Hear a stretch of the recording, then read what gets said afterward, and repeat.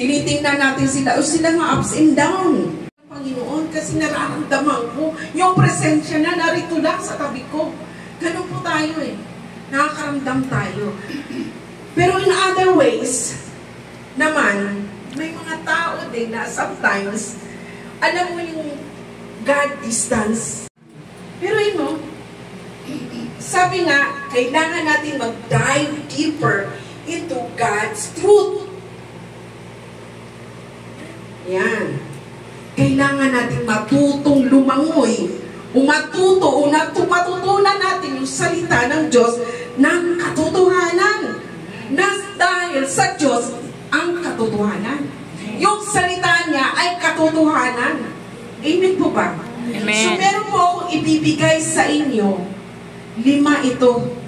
Yeah? 5 ways given your relationship with God. Yan.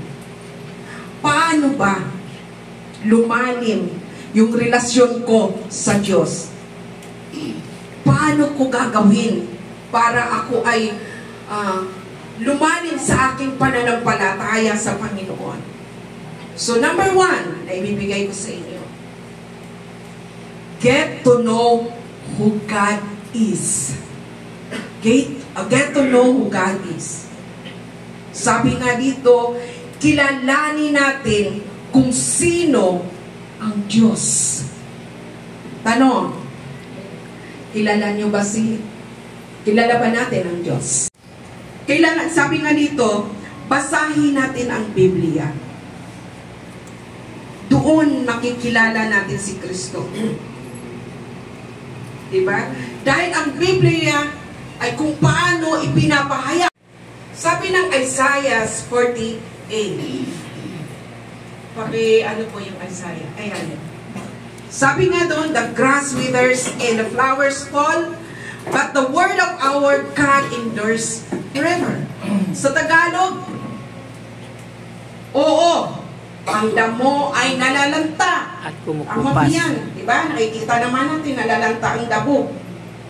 At ang kumukupas ang mga bulaklak. Ibig sabihin, nalalantay ang bulaklak, naku-fall siya, ganyan. Nadalagas, yan sa ibang salin. Ngunit, ang salita ng ating Diyos ay mananatili kailanman. Yun pala, no? Anong ibig sabihin nung salita na yun? Ito po yung nagmamadali na. Ano ba? Ibig sabihin, yung damo nga di ba? Yung damo nga nalalanta. Yung bulaklak. Kumukupas. Nalalagas. Ang tao, anong kaya mangyayari sa tao? Mamamatay. May hangganan po tayo. At hindi natin alam kung kailan. Pero yung halaman at ang bulaklak, ay damo, alam natin kung kailan sila mamamatay. Huwag mong diligan. Patay yun. Diba? Painitan mo. Ganon din ang tao. Maiba natin ang Panginoon. Amen po ba? Amen. Yan.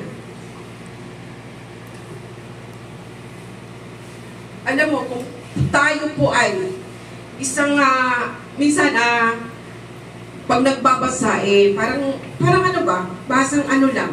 Basta, nabasa mo lang yung Biblia, pero hindi mo naintindihan. Walang kwenta. Ano po? Parang series lang. Parang ginawa mo lang comics. Kapag nagbasa tayo ng Biblia, unahin natin manalangin. Humiling tayo sa banal na Espiritu na maunawaan natin yung salita kasi sa totoo lang, hindi natin maunawaan ang salita ng Panginoon. Hanggat wala pong, alam mo yung basbas ng Holy Spirit, yung gabay ng banal na Espiritu. Yan. Kailangan po daw natin ang pagbabasa ng Biblia, uupuan yan. Uupuan po natin ang pagbabasa ng Biblia. Instead na maliit ang babasa mo isang verse, ipahanap sa'yo mo na ibang palata para maunawaan mo kung ano ang pinapasabi ng Panginoon para sa atin. Amen po ba? Amen. Para makilala mo ng lubos ang Diyos. Ang Diyos po ay omnipotent, omniscience, all-knowing. Yan. Kahit saan, makikilala mo siya. Kaya pala, nag-memory verse ang bawat isa. Meron kami sa mga kabataan namin, mga children, mga bata nga nag-memory verse na yan sila. Talo pa tayo malalaki, no? Mabuti pa sila, alam nila ang John 3:16. Di ba? Tayo malalaki, alam ba natin ang John 3:16? The heart of the Bible. Yan po yung puso. At doon, ipinakilala ng Diyos kung gaano siya mapagmahal, kung gaano niya inibig ang tao. Yun. Gaano ihamak tayo. Ayaw niya. Ayaw niya mapunta tayo sa lawak-lawak na apoy na kung saan hindi yun ginawa ng Diyos o hindi nilikha ng Diyos para sa tao. Yun ay para doon kay Satanas at doon sa mga fallen angels na nadala ni Satanas. Tayo ay dapat doon sa kingdom ni Lord. Amen. Amen? Dapat doon tayo. And live in your relationship with God and we deeper into God's truth. Kami ingay. Number 2, spend time with God. Paano mo makilala ang Diyos kung wala ka namang panahon? Wala kang oras sa Kanya. Hindi ka mananalangin, hindi ka nagpipray. Amen po ba? Sino nito nagpipray ng sa pagkain? Amen. O basta kumain ka na lang. O nagpipray bago matulog. Amen. Pagkagising. Amen. Bago maligo. Amen. Lahat ng oras, lahat ng minuto, nagpipray. Sabi nga, wala pong tawag yan? Walang overdose sa panalangin. Tama? Amen. Kasi yun ang nakapagbigay sa atin ng kagalingan. Yung prayer. Kasi parang kinakausap mo Panginoon sa dyan, habang siya yung nanalangin. Lumalangoy pala, paitaas. Di ba? Tingnan mo.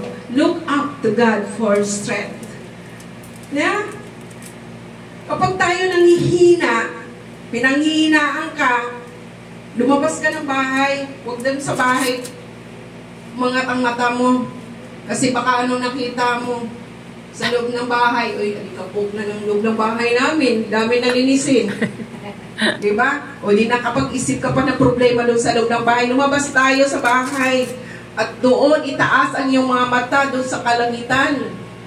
At maiisip mo, wow, Lord, ikaw ang nandyan. Amen? Amen. Makikita mong Diyos, yung kapangyarihan ng Panginoon. Paano sa kaparaanan mo makikita ang Diyos? Habang ikaw alam mo, sa totoo lang, ang Panginoon ay nagpapakilala sa hangin.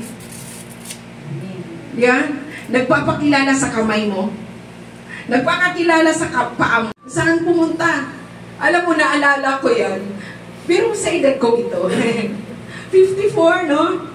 Ibig sabihin, hindi na kayang umakyat. Pero wala pa naman akong rayuma, mga kapatid. Naalala ko sa amin, nasa nanuhanan si Angel, nasa loob yung susi, nanak. Paalis kami, papunta kami dito life group. Wala susi. Siyempre, paano siya makakapasok nga naman? Yung susi ng motor, nandun din. Hindi kami makakaalis. Ang bihirang bata dito sinaraduhan. Kinalkan nito, nung gagawin, kumuha ng pang-ID, kung anong gagawin, talagang hindi na mabuksan. Ang tindi talaga ng tigas ng pinto namin. Kahit anong sipa, hindi talaga nabubukas. Sabi ni Angel, Mami, kasi nasa tricycle na ako, tawag ka ni Papa, ano magagawa ko dyan? Inisip ko lang ganun. Ay, dito mayo ako. Sabi ko, wag mo nang sirain ang pinto. Aakyat ko na lang yan. Akyatin ko na lang. Alam mo kung makakarating kayo sa amin, yung may tangke doon, di ba? Malaking tangke. Doon sa bubong.